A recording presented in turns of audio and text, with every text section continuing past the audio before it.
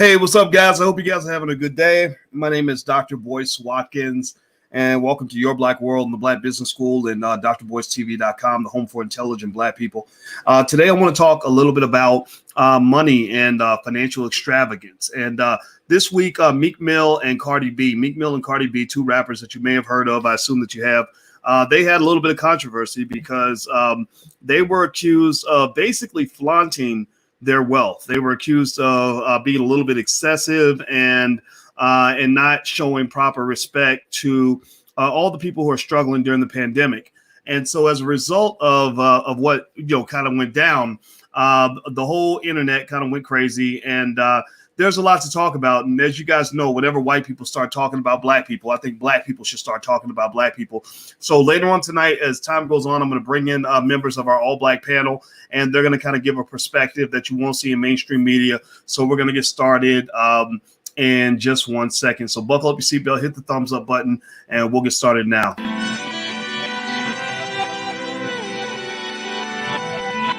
Here we are, clan the isms, cataclysm, great. Our people out here struggling, trying to make it in this state. Everybody out here doing it, but we the ones too late. Now family, we the ones who gotta delegate. Get that money in the power, never be fake. Stick to co-sign for 3. What did he say? Create jobs, support our own. Educate the same and buy back your home. Got 3 degrees, triple 10. 3 PhDs, now we on the CNN. DBTV, let's talk about negligence. Ignorance is bliss, but we can turn it to intelligence. Believe none of what you hear, half of what you see. Let's break it down here on Dr. Boyce TV. Here we are. Hey, what's going on, guys? I hope you guys are having a good day. My name is Dr. Boyce Watkins, and welcome to drboycetv.com, the home for intelligent Black people. So if you're Black and intelligent, and also you must love the Black community. If you love the Black community, put a hashtag B1 in the chat. Hashtag B1 means that we put our community first, and we talk about whatever the hell we want to talk about. And if you're not Black and intelligent, you may want to get out because this conversation is not going to work for you. Now, Cardi B and Meek Mill were in the media this week, and they there was a little bit of controversy surrounding these two. Cardi basically having pretty much this is kind of the same controversy. Cardi B got beat up on a little bit because she seemed to think that that this $88,000 purse that she was considering buying was something that she should flaunt on the internet, and that led people to accuse her of being insensitive during the pandemic and stuff like that. And then Meek Mill kind of had an issue because there was a video of him, and I'll show the video a little bit later, a video of him with a bunch of kids, basically where they're all asking for money, and Meek hands them $20 and says, y'all split it, and which caused a lot of controversy and a lot of crazy responses. And so we're going to just kind of talk about this, right? We're not jumping in with judgment. I know opinions on this issue vary across the board. There are people on one end who say, oh, these rappers are all crazy and stupid. What's wrong with them? And then there are people on the other side who say, what the hell's wrong with you, man? You need to be leaving these people alone. Don't get your hand out their pocket, man. Right? I've seen all that. I've seen all the responses, but I think it's worth talking about because I think that as a community, we should kind of process these things and decide where you stand, where you are, what you believe. So Meek Mill, Cardi B, let's jump into it. So the first panelist who's just stepped in is Jeff Lightsey Jr.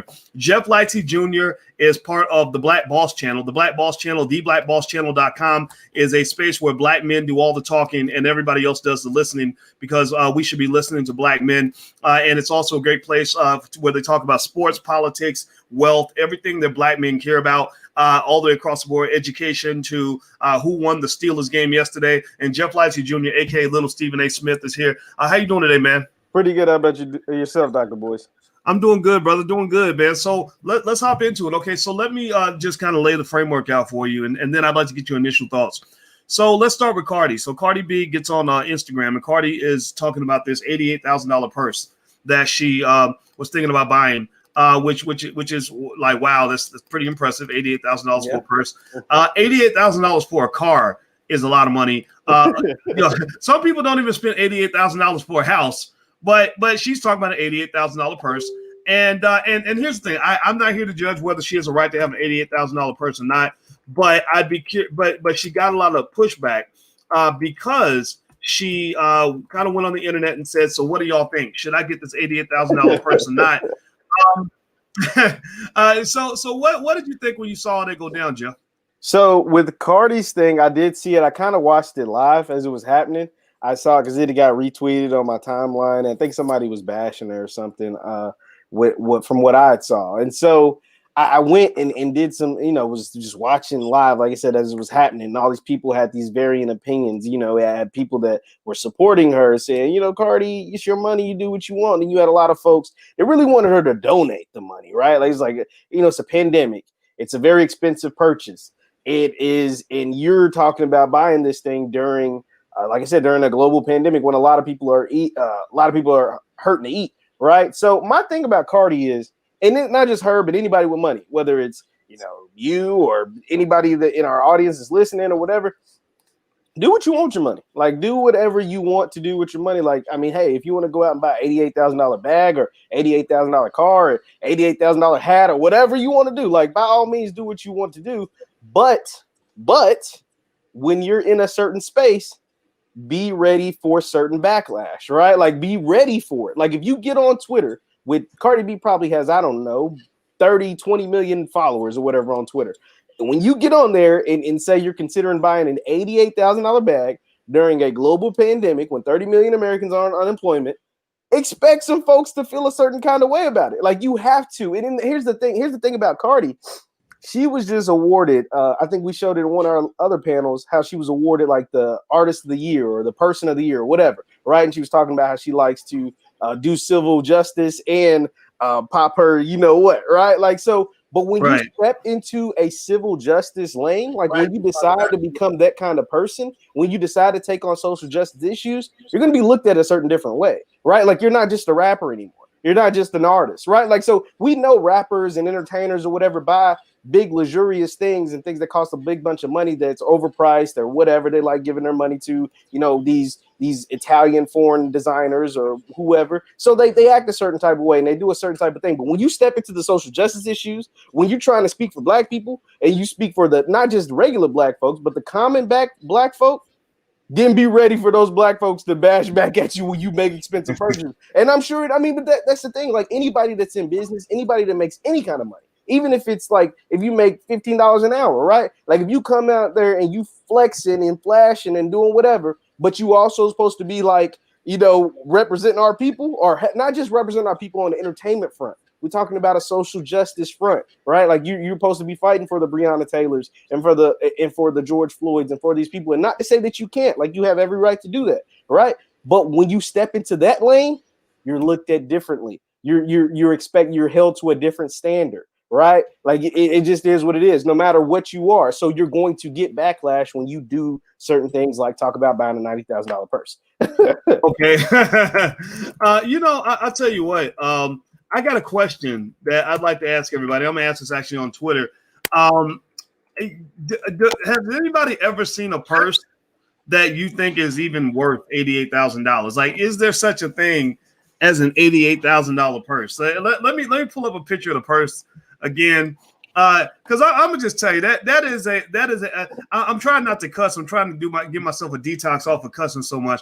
So I'm gonna change out a letter at a time. That is an $88,000 mind puck, as far as I'm concerned. Like anybody that convinces you that a purse is worth $88,000, I don't know. I'm not even hating on it, right?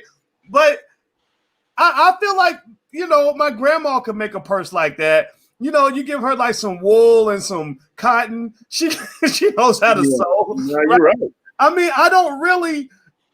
What makes a purse worth $88,000? I think that this is not even talking about Cardi B or judgmental on any level. This is just me talking about something called common sense. But I'm not hating. It's fine. It's her money. It is what it is. But I think that just the financial guy in me kind of feels the need to step in and ask you this very serious question. For everybody that's really like, yeah, she can do what she wants. Yeah, that's what's up. Oh, girl, I love that purse. Okay, cool. But has there ever been a purse invented in the history of all mankind that is worth $88,000? What do you think, Jeff? There's not. Any other clothing you can think of? Have you ever seen a $72,000 hat? Or a $44,000 jacket. Like, what have you ever seen in your life that you can put on your body that is worth, tens of thousands of dollars? Jeff, what do you think? Nothing is worth that much money unless it can make you double that. right? Like nothing, no one single item, right? Like your house might be worth 88 grand, right? But then in 10 years, your house might be worth 200,000, right? Like you might buy it for 88, put 10 in it, and then you get a return on investment $100,000. A bag, the only reason why that purse, it's not because of its looks. It's not because of whatever is going on with it. The fur makes you fall right to sleep or something, or as soon as you stick your hand in it, you pull out $100. Like there's nothing special about this purse. It's because of the name.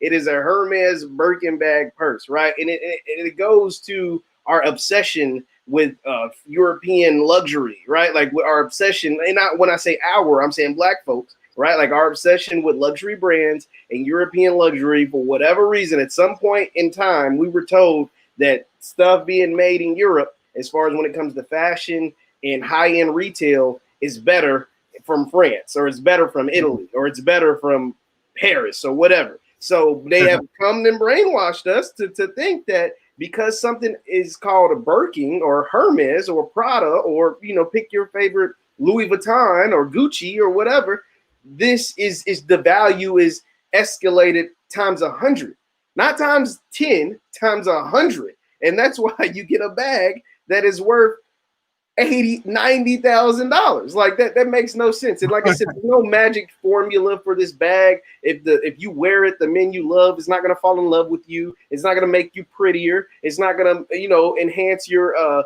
attributes. Like it's not going to do anything. It's just literally a bag made by Hermes, and that's why it costs so much. Well, you know what's funny? First of all, everybody, in case you just came in, we're on drboystv.com and the Black Boss channel talking about Cardi B, Meek Mill, and this whole issue of rappers and financial extravagance, and the blowback that they receive from the mostly from white folks, I think, and some black people too, about sort of flaunting their wealth during the pandemic. So Cardi goes on Twitter and shows this $88,000 purse. And everybody gives her a bunch of flack about it. Cardi then comes back and does some apologies. She does some stuff where she shows all the charity that she's donated to, etc. And so clearly that shows it affected her. That shows that she did feel some kind of connection or distress from what people were saying. And then at the end, she comes back and says that she bought the purse. And before we even get to Meek Mill, because that's another conversation too, because it all kind of ties in together. It ties into what is defined as appropriate behavior, or does anything go? It's just a matter of saying, who cares? How do people feel? I mean, how does somebody feel if I love Cardi and Meek and I'm struggling to pay the bills in my family? We're hungry, like we're physically hungry. We literally have no food, and I support you because I think your music is great. And then you ask me right in my face, hey, should I buy this $88,000 purse? And maybe deep down I'm thinking, well, man, there's a lot of things I could do with that $88,000. There's a lot of things I could do with $88. There's a lot of things I could do with $880. $88,000. It's unfathomable to a lot of people. And I think you can also understand some people's frustration there, right? Like, like imagine if you got a friend who's like right next to you. There's this funny movie I saw with Jack Black in it, where basically these two guys live across the street from each other and they both go to work together. They both have these regular jobs making like $0, and they drive raggedy ass cars and wear raggedy clothes. And one day, one of them comes up with this stupid invention, he called it poop spray, where he would spray on the poop and then it would just disappear, right? And so he became really rich. And while his friend's getting up and going to work every morning, he would see his other friend. His friend done quit his job. His friend, he said, "Man, I'm gonna keep it real. I want to stay right next to you. I'm not gonna change a thing." But his friend buys a horse, so he's got this big white pretty horse right across the street, and he builds this gigantic mansion right across the street. He's like, "I just want you to know, I'm never gonna change. We'll be friends forever." And his friend is just pissed. His friend's like, "Man, F you. Like I'm still in the struggle, and you're waving all that stuff in my face, like you're flaunting this in my face." So, is there any justification for those who say, "Look, we know you balling. We know you're Cardi B. We know that you got money. Just keep it to yourself." Is there any argument for that, or are people just being overly sensitive? No, there definitely is, because the thing is, I think it kind of goes back to what I said at first. It's your money. You can do whatever you want, but just know that this comes with it, right? Like when you decide to be an entertainer or a public figure or whatever, you're subject to criticism. I mean, boys, I'm sure you can speak to it. Like you are in the public light because you have multiple platforms, you have multiple media platforms. So, but you're not on your multiple media platforms talking about buying a Porsche or telling the folks like, oh, I just went out and, you know what I'm saying? I just went out and spent $20,000 on whatever. You know what I mean? Like, because if you did, people be like, I mean, damn, boys, like, you know, like, okay, I get it, you got it, but dang, like, okay, we still coming, folks over here. You know what I'm saying? So, like, that's what it is for in Cardi's in her inner like realm. Like, man, I had somebody call me out because she literally said, she said that motherfucker, he got his teeth fixed. He got his teeth. I said, damn, I can't even go to the dentist. Now people tripping over. Like, I can't. What would you feel better if all my shit was like rotting out of my mouth? Like, would that make you happy? Like, you know, it was so funny. But you're right though. You're right. I mean, you know that, and that's the hard part, right? When you eat good and you're in a space where there's a lot of hungry people, then you got to be careful because they'll come and eat you. Yes. And it's a very difficult kind of thing. And I think that, you know, I think that there's a reason why, and this is really my advice to anybody out here that's listening, is like, if you start doing well and all your relatives are not doing well, eat, no matter how much you share, it'll never be enough. And so, you know, no matter how much you share 1,000, they're gonna want 2,000. You share 1 million, they're gonna want 2 million. You share 10 million, they're gonna want 20 million. So I think that I can understand I'm not even a big fan of like just what white supremacy did in terms of pulling Cardi B up above all the great black women that are out here. I did not like that, right? Like, I don't think that the most admired black women in America should be women who say, I do social justice and I pop my pussy, right? I think that's kind of like, that's not a good reflection of the black woman. No. But I can defend Cardi in the fact that it seems to me like she's a person that wants to be generous. She mentioned that she takes care of all these aunties, uncles, cousins, and everybody else. And I think that wears on you. You got people grabbing. Nobody's offering nothing. Nobody's showing up to help you. Everybody's showing up with a handout, and you're handing out stuff to everybody. You help 3,000 people, and then that 3,001 person is mad because you're exhausted and you have nothing else to give. So I think that's why a lot of rich people hide. What do you think about that? No, that's too. And you have to remember, in her space and just any space, especially people with platforms, you're not going to be liked by everyone. Like, there's going to be someone, no matter how good you do, is going to hate you. So just try. Like, I think in some cases, you should just save yourself from being like, they're going to criticize you on dumb stuff, right? Like, no matter what you do, like you said, somebody criticized you for getting your teeth fixed, right? If you're LeBron James, you get criticized for starting a school. It's like, oh, he wants all the attention, so he started a school, and all his kids go to college for free. Like, what's wrong with LeBron? Like, no, like there's going to be some level of criticism. But I think you should also try sometimes to save yourself from unwanted criticism. If you want to be liked by everybody, then try not to put yourself out there for criticism. Like, you should know, if you're Cardi B, you up there with your phone and you say, I think I'm about buying a $90,000 handbag.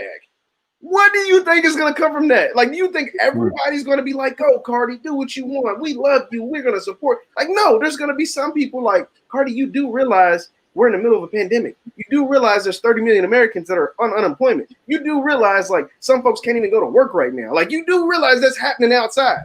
Like, you seem so disconnected from the same people that you want to be loved by. And that's what, like, some stuff, like I said, you're going to get unwarranted criticism for, like, whatever, right? But some of this is avoidable. That was avoidable. And when you want to be loved by everybody, which Cardi B seems like she genuinely does want to be loved by most people, like, then you got to be careful. Like, you got to be aware. You have to have better awareness of that. Like, if you really genuinely, like I think she does, want to be loved by as many people as possible, you have to have better awareness. You have to know that your main demographic, your following, most of your following are black folks. Most of your following are, and a lot of them, like I said, there's 30 million Americans because of unemployment. A lot of them can't afford Christmas gifts this year for whatever, for COVID and for whatever reasons going on. They can't afford to take, get their kids lunch or whatever. So when you talking about behind a $90,000 bag, like that, to me, like that's going to rub some folks the wrong way. Yeah. I think that's a tough one. I think that's a real tough one.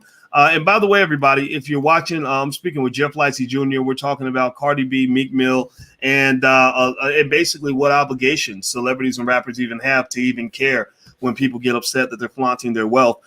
You can follow Jeff, by the way, on social media at JLightsey7. Jeff does a lot of commentary every single day, especially if you love sports.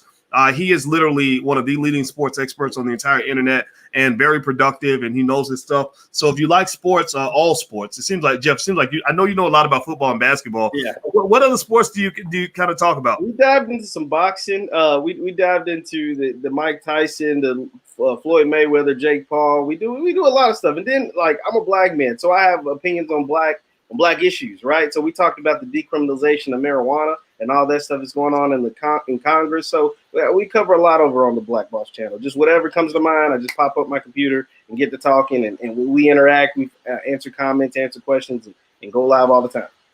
Yeah. So everybody should check out Jeff on the blackbosschannel.com. He's really good. He's up there every day. And we're building black media. And we think that there aren't very many platforms where black men, like real authentic black men who are not, famous rappers or famous basketball or football players, actually get a chance to speak about issues that matter in the community. So that's why we have the Black Boss channel. So I hope you guys will subscribe. Also, wherever you are, hit the thumbs up button, hit the notification bell, and share. Just if you're on Facebook, Twitter, wherever, retweet, share, do something, because we're trying to grow black media, because we believe we should have our own media, our own ability to have our own conversation about this stuff, so we can provide the balance and nuance that white media doesn't provide. Like, so for white media, either the black person's the complete villain or they're the complete hero. Whereas in our space, we have the ability to look at a person in their entirety, in their whole humanity, and say, okay, this is what they did right, this is what they did wrong, or you messed up here, we still love you, or we used to love you, now we don't love you no more, whatever the case may be, right? So we need to pick our own heroes. That's why you need your own media, you need your own school. So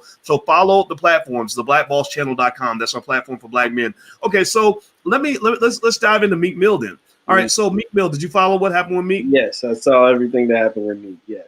Yeah. So Meek had a little crazy situation with some kids involving like $20 and some little Atlanta hustlers. By the way, those hustlers in Atlanta, like the young kids, I've been there recently, and I've driven past those guys. They want it, like, and they see you pull up. I mean, we was in a regular old car, and they like trying to sell their water, or trying to sell whatever. So I get it, they're hustling or whatever. But if you pull up in a Maybach or whatever Meek was in, trust me, they gonna definitely want a little more than $20. I can tell you that. Yeah. So I want to play the video so you can kind of see what went down. I'd like to get everybody's thoughts on this. So Meek is out in his $400,000 Maybach Bentley, whatever the hell people drive to try to feel fancy and shit. Like that's I guess that's what people do, right? Instead of like having substance, everybody got to have flash. That's the world we live in. Whatever. All right, so he's driving by in his $400,000 car. There's some young dudes out here selling water, and let's just see how this goes down. What does he support? Water hustlers. But what does he support? Young black man, my mom did. We don't sell water trying to start. We support y'all. My mom sold it, but we out here trying to. You can't blame me with your shit. I'm not gonna split it. What you say, Gator, bro? Don't put your hand in my car. Big bro. Let me one time, Meek. Hey, bro, money, man. Man, y'all gotta split that money, man. It's $20. That's a job. Yeah, bro. Let them know what zone you from. Zone 1. Zone 1. Real land, nigga. Okay, so Jeff, break down what I just saw in this video. So, like I said, if you ever go down to Atlanta, in every, like I was down by the Mercedes-Benz Stadium down in Atlanta, and at the lights, there's little kids. I mean, you see them, they're selling like waters. Us, it was Gatorades. They're just doing whatever to hustle, right? Like it's normally like $1 a bottle or whatever it is. And so obviously they see Meek Mill pull up in his Bentley or whatever, with the stars in the ceiling or whatever, $400,000 car, and he hands him $20. Well, first he asked him, like, what am I supporting? He's like, am I just supporting some hustlers? Am I supporting a football team? Like, what? I don't know if they answered or whatever. But then he hands him $20, and he's like, dude is like $20, like this is Meek Mill, like y'all on the internet with money, like what I'm saying, $20. He said y'all need to split that, like split. It's like six. It normally I would tell you when I went, it's about 10 of them out there, right? Like it's 5 on one little median, 5 on the other median. So we're talking about 10 kids splitting $20. It ain't much of a come up when you see a famous rapper who talks about having all this money and all that kind of stuff. So they were kind of disappointed. Like, dang, Meek, are you gonna bless me? Like, what's going on? And he was like, yeah, that's a dub. Like, it's $20, but it's like $20. It's 10 of us out here. You basically just gave us $2 a piece, and you Meek Mill. So that's kind of what just took place in that video. Okay. So here's the question that I have at the end of the day. First of all, I tell you how stupid I am. I was trying to remember, like, what's a dub? Wait, I don't know why I thought a dub was $100. I don't know why, right? I'm like, wait, that ain't a dub. But dub, like double, like dude, like French. Okay, I got all right. So Meek is driving, and the dudes are hustling. They're trying to get the water. Meek gives him a dub. He says, y'all split that. And they're expecting more. They're like, okay, you're Meek Mill. Your car is like your car is worth more than like all of our parents' houses combined, right? Yes, or your car is worth more than what our parents all make in a year put together, right? Yeah. So if you give us $20. Now, that's an interesting one, right? Because Meek doesn't have to do anything, right? He doesn't. Sure. Charity is voluntary by definition, and also we do understand, that the pressure can be heavy, right? We talked about that, right? With Cardi B, that when you are a celebrity, you got money, everybody wants something, it becomes difficult. Also, as you mentioned, in Atlanta, just like it is in other places. I remember when I went to Africa. I gave a lot when I was in Africa. I literally would empty my pockets every time I went out because there were so many kids that would just be in the hot sun, just hustling. I admired their hustle, and I had a heart for what they were dealing with. So I literally would just empty my pockets. And what would happen is that literally the fact that I was giving so much money away made it harder for me to get away. Yeah, they want more. Yeah. Like they're like, okay, we got one. We got a sucker here. We're going to get this dude, right? And it was real aggressive, right? Yeah, so no, they like that. Yeah. Yeah, on one hand, you admire it. On the other hand, you're like, man, I got to shut this down, know? And so it seems like that's what Meek was dealing with. Now, here's a question I want to ask, though.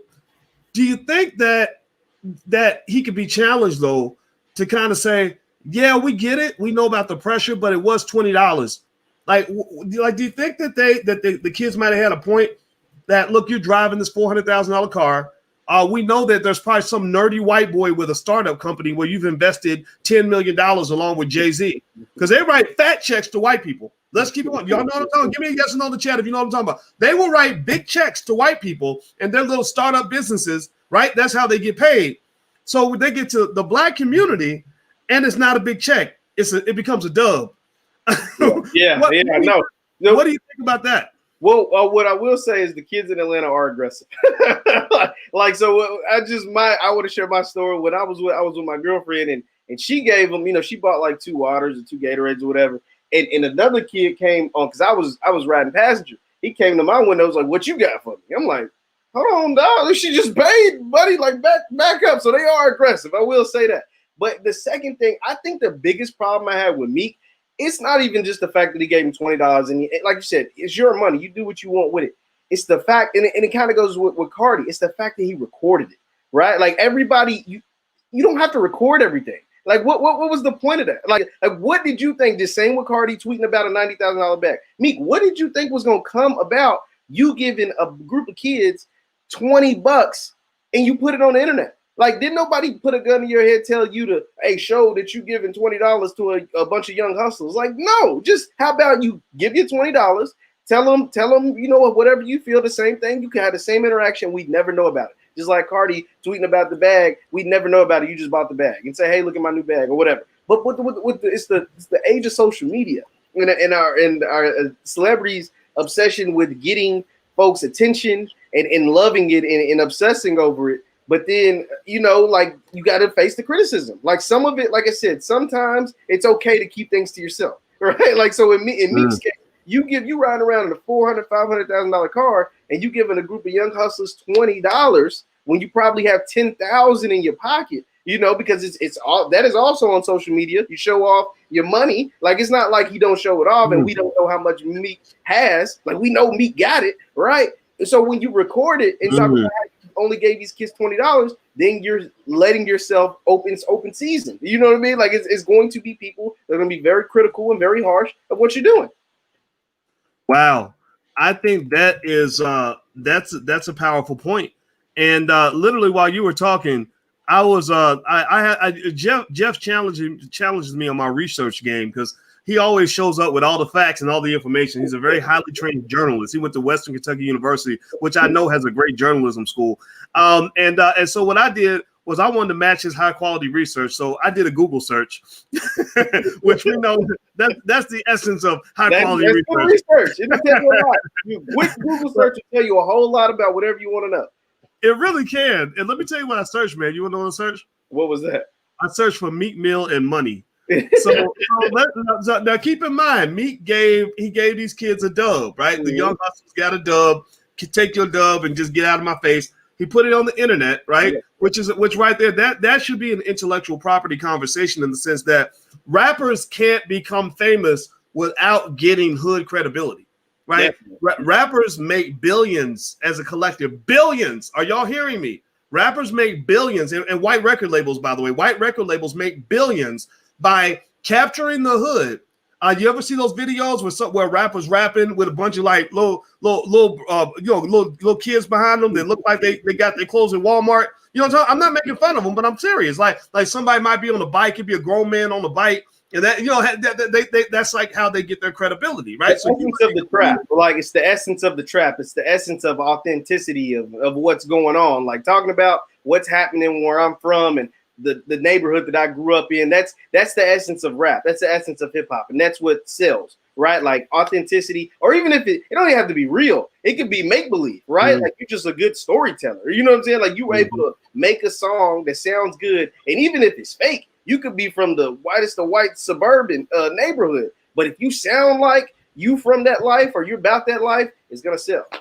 Wow, and that's a good point. So I think there really is, as critical thinkers, because that's what we are here. We're not just here to talk. We're not here to just observe and follow along. I want you to have your own opinion, but I want you to just kind of consider or reconsider just how many times you've seen videos of rappers who are super clean, wearing the freshest clothes, European clothes, by the way, not black owned, not black made, but European clothes with a Bentley, like right in the hood. Like visualize that, like you in the poorest part of the hood, and you got a Bentley. And that somehow is a good thing. Like we think that that's a wonderful thing. Like, oh, you're repping the hood, you're repping the hood. No, you're actually profiting from the hood, because without the hood, you have no credibility. I remember I spoke to the CEO of the Jordan brand one time, and I remember how I never forgot how he mentioned that the Jordan brand, along with a lot of other brands, not just Jordan, Beats by Dre, all that. I also met the guy who invented the Beats by Dre headphones. And one of the things I remember is gaining this understanding that they use the urban black male in particular,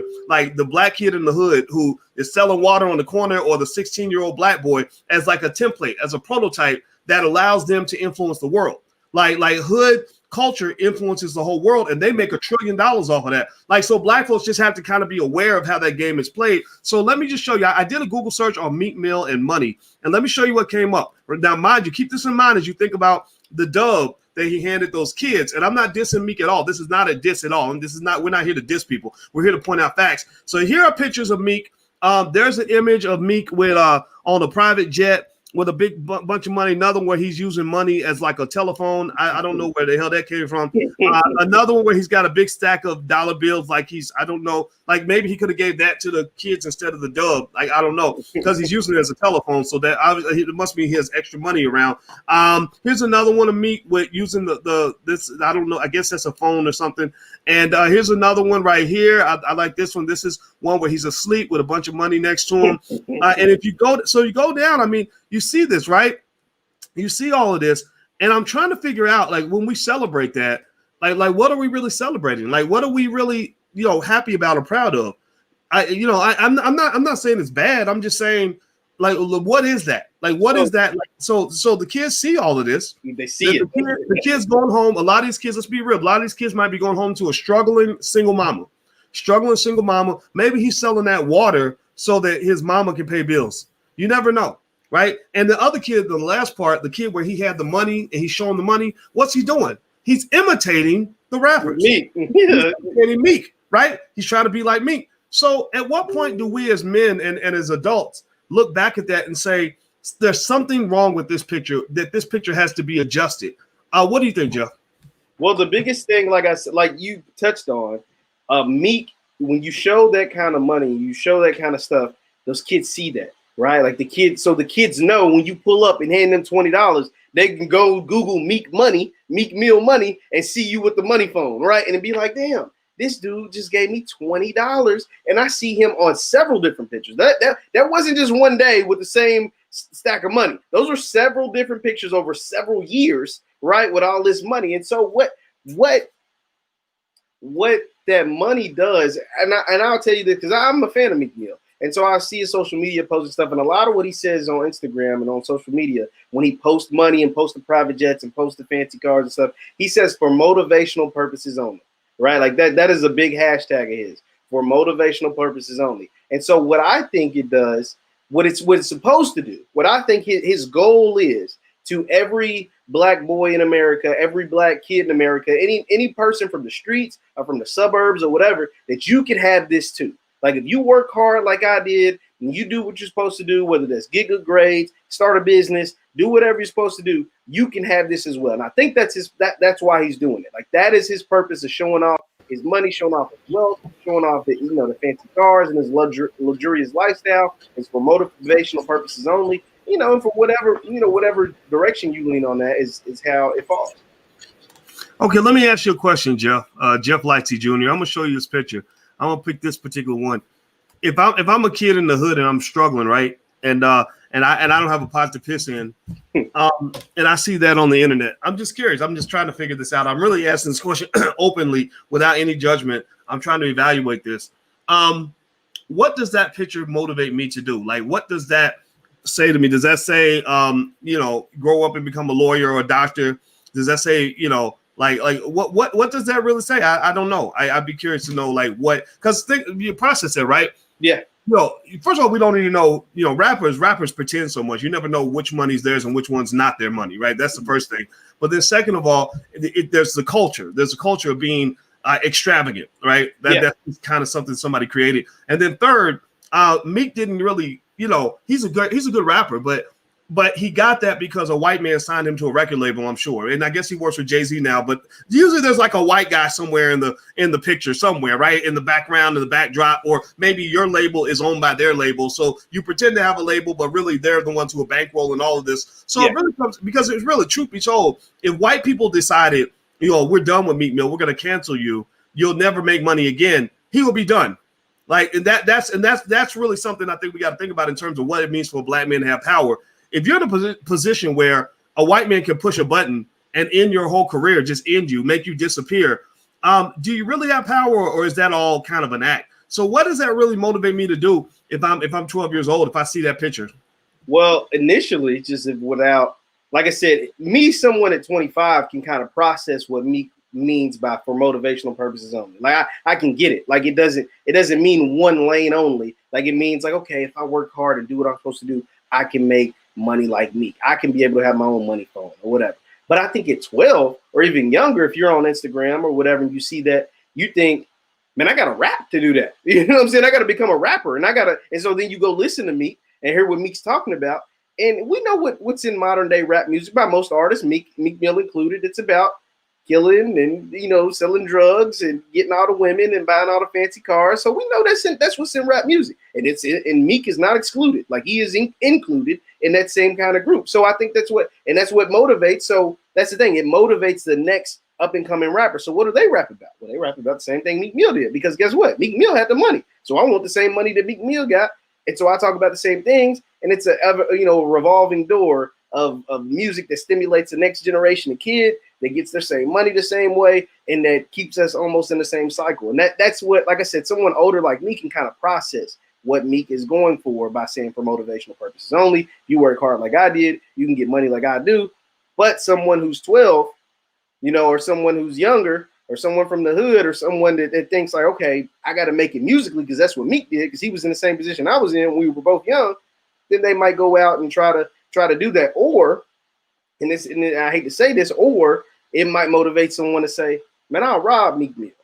He's showing off and I don't got nothing. I'll go take his. If I can't make it because I can't rap, I can't dance, I'm not an entertainer, and I don't believe in myself, this education system has failed me or whatever, then I'll go take his. And that's why you see some of these guys end up getting shot and killed. Rappers in particular, getting shot and killed and robbed or whatever's taking place. Rappers, more so than any other group of entertainers, are the ones that get killed, shot, and killed the most. And it's because of the lyrics that they put out, the lifestyle that they live, in the flexing and flossing that takes place within the rap community. You don't see, for the most part, you don't see high-end actors, right? Like I remember Vigilante was saying, movies influence just like music. It's not the same because you don't see high-end actors getting killed. Denzel Washington's 60, right? He's 60 years old. There's not a whole lot of rappers that rap about the same stuff that Meek Mill and all this stuff that make it to 60, right? Like that, it just is what it is. And so that is because of the lifestyle and the image that they must upkeep and the lifestyle that they live ultimately leads a lot of times to their own downfall. Boys, I think. Oh, sorry. Thanks, man. Everybody, I'm speaking to Jeff Licey Jr. Jeff Licey Jr. is from the Black Boss Channel, theblackbosschannel.com. And also, by the way, a lot of you are watching on different platforms, maybe watching on Financial Juneteenth TV. If you could, right quick, do me a favor, hit the thumbs up button wherever you are. Hit the thumbs up button, hit the share button, hit the subscribe button, hit the notification bell so you'll be notified when we go live. Also, you can text the word BOYCE to 31996. If you want to be notified when we go live, text BOYCE to 31996. And make sure you subscribe to something. We're building Black-owned media so we can have intelligent Black conversations. So let me just dive into that then. When you think about what happened with Cardi B this week, and then you think about what happened to Meek Mill. So Cardi B's flaunting the $88,000 purse, and people give her backlash on it. I don't care so much about the backlash because I tend to be in the category of saying, you know what, I'm okay with letting people live as long as how you live doesn't harm other people. So when it comes to Cardi B, I'm going to step in when I say, look, man, look, lady, why are you trying to convince, my 10-year-old daughter that she should go sell her coochie for a Gucci bag? Like that's not cool. Right. So I have to have talks with my kids and help them understand like this is not the way to go. But a lot of little girls don't have daddies in the house to have that conversation with them. And then maybe they see somebody, they see the adults around them twerking to that music. So they think that that's cool. They think that's the way to go. And Cardi, as well as I, we both agree. We both know that stripper life ain't the life that you want little Black girls to aim for. So stop glorifying that nonsense. Right. That's ridiculous. Now with Meek, you had the whole thing with him and the kids and handing out the dubs saying y'all split it. But then on Instagram, the child goes to Instagram. He sees you holding up literally a stack of hundreds like this as a telephone. I'm gonna be pissed. I'm gonna be like, nah, man, like you need to really invest in me and invest in my future. Don't just put up a picture for motivational purposes. How about you invest in my little water business for motivational purposes? How about that? How about you? I'm not telling Meek what to do now. It's again, I'm in the whole live and let live. I voted libertarian, by the way, which kind of means I kind of believe in freedom. Like, do what you want, Meek. But seriously, maybe a better way to kind of engage with those young guys is to identify the fact that the hustler spirit is $1 billion energy. Like that's $1 billion energy that is the same energy that Elon Musk used to build Tesla and become worth $100 billion, or Jeff Bezos used to build Amazon, right? The question is, who's investing in our versions of our little Elon Musks, our little Jeff Bezoses? When I see those guys out there, those kids, 13, 14 years old, you've got very little guidance from the OGs around you, right? All you get from older guys is you get a dub, right? If they see you selling water, they'll hand you a dub as they drive by in their $400,000 car. You see them on Instagram as they are showing you how much money they made rapping, even though we know that there's not enough jobs available in the rap industry to employ every Black man in America. Seriously, they don't have enough jobs for all of y'all. We have an oversupply of 40-year-old rappers. Can we agree on that? We have flooded the market with rappers. There ain't enough room for all of y'all, right? So it's crazy, right? So the question becomes, when you see those little kids and those kids with all this potential, and you're supposed to be Black, right? Where do we invest in those kids the same way we invest in the white boy in Silicon Valley who's got the little startup? Think about this. Do you know how many times these rappers from the street, from the hood, will spend more time with a little nerdy white boy who went to Duke, who created a startup in Silicon Valley, and they'll write bigger checks for that than they do like when they come back to the hood. And it doesn't mean that they're sellouts. It doesn't mean that they're bad people. This might just be a matter of guidance, a matter of saying, let's really process this. Let's have some economic consciousness here and think about the disparity here. The disparity isn't just with what white people do. Sometimes the disparity is what Black people do because white people told them that that's what they're supposed to do, right? A lot of our athletes ignored the Black community because their coaches would say, well, you don't want to get involved with all those protesting and everything because you need to show, get on the field, just play, just don't do no talking, just play. Well, LeBron broke that mold. LeBron said, no, I'm not going to shut up and dribble. I have a greater obligation. Well, the same thing might be true with rappers. what is your obligation? What is your goal? Is your goal to just roll through the hood in your Maybach and hand out a dub? Or is your goal to say, I'm going to do what I can to see if we can transform the hood by taking all this amazing energy? I mean, people understand when you see an 11-year-old kid hustling in 90-degree heat, passing water and selling more assertively than an adult, that is a billionaire, millionaire mindset in the making. You must nurture that. You can't just run past the kids and be like, get your hands off my car, you little dusty. Like you don't do that. You got to say, okay, let me go ahead and really help you accelerate this thing because you're showing the type of potential. The streets have hardened you and molded you into somebody who has a tremendous amount of ability. And I don't want you to end up in jail like they did with the rest of our soldiers with the Biden crime bill. Give me your thoughts on what I just said. I don't even have a question. I just want to know your thoughts. No, I agree with that because, like you said, I mean, I can tell you straight up, the folks that want money, the hustlers are the ones that's going out there selling that water. It ain't regular folks. It ain't folks who grew up this privilege that just think like, oh, they don't think of money. Those little boys out there are out there hustling because they want money. They want to live a certain type of way. They want to help themselves out. They want to help their family out. And that's why you out there selling water, because that kind of lifestyle, the hand-to-hand sale, million and one people, 100 people will tell you no before you get a yes, right? Like, so and they're aggressive. Like I said, I've been in Atlanta. The folks are aggressive down there. But like you said, that is a mindset that isn't instilled in everybody. That is a mindset that everybody don't have. That is a mindset that can lead to you making a bunch of money or starting a very good business or being a very good, employee, if that's what your desire is, to help and contribute to certain styles of business. And I think, like you said, Meek or so whoever should be able to nurture that and help them in their journey of becoming what they see on TV and becoming a successful person. And you don't have to have a money phone to be successful. I mean, we all know that there's different levels of success. There's different definitions of success. But you can, help them folks out, not just put $20 in their pocket between, $20 split between 10 kids and help them get to where they're trying to go. And that's why I think can take place. And like I said, it goes back to, even if you don't want to give out your money because you are Meek Mill, that is money you deserve, that is money you earn, you don't got to record it, man. Everything don't need to be on social media. And I don't know what in the hell you thought you was going, what kind of, clout you was gonna get from handing 10 kids $20 and telling them to split it. I don't know what in the world you thought was gonna cover that, except for hate or backlash or whatever. Like, if you get 10 kids while you got pictures all over the internet with money phones and private jets and fancy cars, and you riding around in a Porsche or Maybach, I don't know what you thought was gonna happen when you tell 10 kids to split it up. I don't know. Like, I have no idea what was going on in that thought process. Well, by the way, everybody, I'm talking to Jeff Lightsey Jr. from the Black Boss Channel. We're talking about Meek Mill, Cardi B, and what obligation rappers even have to even care about the suffering of poor people. What obligation do they have when it comes to money? Maybe they have no obligation. Maybe you think that they should do more. It's totally up to you. We don't care what your opinion is as long as you allow other people to have freedom of expression. Do me a favor, hit the thumbs up button, hit the share button, hit the subscribe button. And also, Jeff is at JLightsey7, so you should follow Jeff online.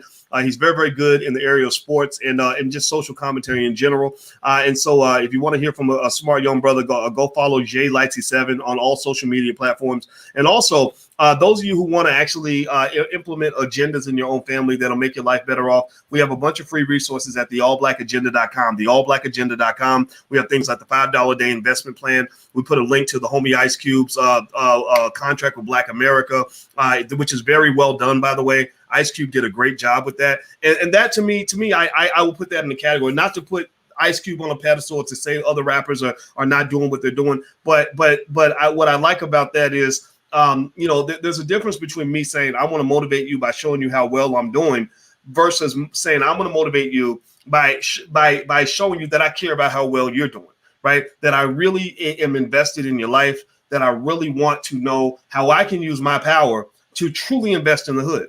And here's another point here. This is a subtle point. People don't pick up on this. But if you notice, when Cardi or whoever, when they're talking about white people and things they do with white people, it's business. They do grown-up business with white people. They make investments with white people. They invest in those little tech startups started by the nerdy white boys in Silicon Valley. They do business with Apple and Universal Music and everything else. They're doing business, big boy, grown folk business with white folks. With black people, the conversation shifts to charity. It shifts to here, I'm gonna hand you a dub, or here I made donations to the such and such, right? And people have to understand how unempowering that language is, because basically what you're saying is that with the white community, I do grown-up stuff, right? We're economically mature. We do big multi-million-dollar deals. But when it comes to black people, I just hand them a couple dollars here and there. I throw them a couple chicken scraps, just something so they can get by, to show them that I have a heart.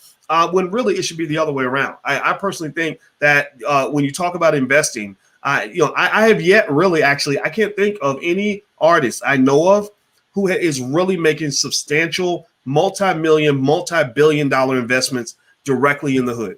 And it's not even really criticizing. It's really a challenge. So I would be curious to see, excuse me, if you're talking about bossing up, like if you're on your private jet with a big telephone made out of money, okay, you're a boss. All right. Well, you know what bosses do? Bosses make boss moves. A boss move is to say that I injected $1 billion into the south side of Chicago, and now I can point to 10,000 people that not 4 or 5, not 3 cousins and 2 uncles and an auntie, but 10,000 black people that now have jobs and businesses in my old neighborhood because I am successful. And it happens. And you can speak to this, man.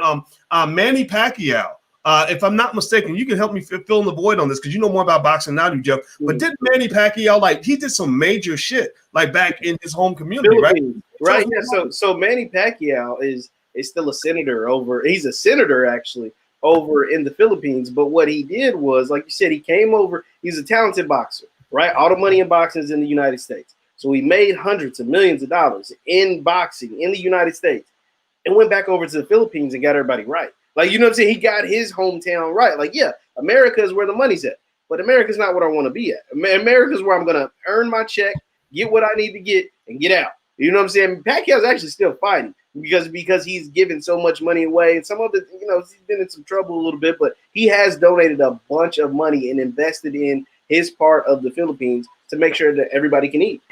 And you know what? And the interesting thing too is, and here's some images of Pacquiao. I remember hearing about him building that housing complex or something where all these people now have homes because Manny built these houses. And you look at that, right? And here's the thing, right? A lot of times I would argue that kind of stuff happens because the celebrities, they have a certain expectation on them. Dr. Claude Anderson talks about codes of conduct that you expect, you expect that when people, if you're Jewish and you are Jewish and you go out and you make $1 billion off of something that the Jewish community gives you, you're expected to come back and dump a bunch of that money back into that community. You can't just say, well, I'm gonna throw you a dub and that's it. Get your little dusty butt off me, keep your hands off my car. You're expected to really come back and have a substantial role in the development of that community. And I wonder why black people have a hard time understanding that. I think a lot of it, man, is low self-esteem. I really think that we are white supremacists. I believe that our people don't deserve the best. I believe that we think that we should be suffering. We're used to suffering. We're good at suffering and surviving suffering. So we kind of see it as okay that there are people who come out of the hood, who use the branding of the hood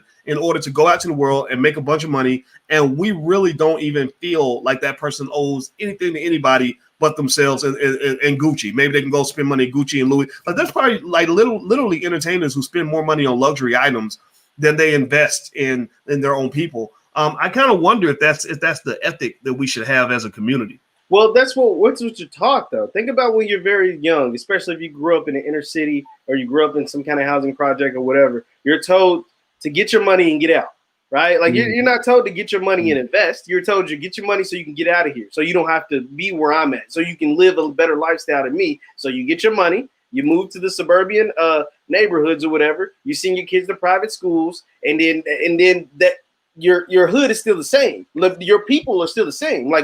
All them folks that you left behind are still the same. They're not in a better spot than they were, right? Even though one of their own made it out, the place where they came from is still the same because the guy made it out and never looked back. He ran away. He ran as far as he could, and that's why that's the cycle of the black community, right? That's what we're always taught. I mean, I know for a fact that I was taught from a very young age that you make your money, especially if you're from the inner city. I was from, West End Louisville. You make your money, you do what you're supposed to do, and you move out. But that was one thing I know my mom was so adamant about never leaving West End Louisville because there's too many folks that leave and just turn their back on the community. and then they just forget where they come from. And so therefore the community never gets better. It stays the same. And sometimes it gets worse because one of your biggest and best, brightest minds have moved out, and now that's gone. You know, that little piece of the brightness, or one of the brightest that you ever had, he didn't inspire others to become bright.